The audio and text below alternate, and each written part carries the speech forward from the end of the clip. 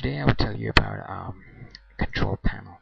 A control panel is a place where you can add, delete programs, hardware. You can set date, you can time, you can manage things. You can set the internet options, you can port options, the security options, user account options. You name stuff and it will be on control panel.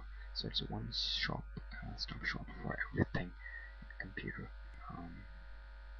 This is outlets in XP, and there's in Easter eggs, and different outlook, but the same things.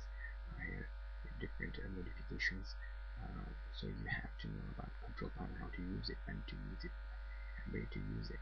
I hope this will confirm knowledge about control panel. To rate my videos, to comment on my videos, and to subscribe on the channel. Thank you.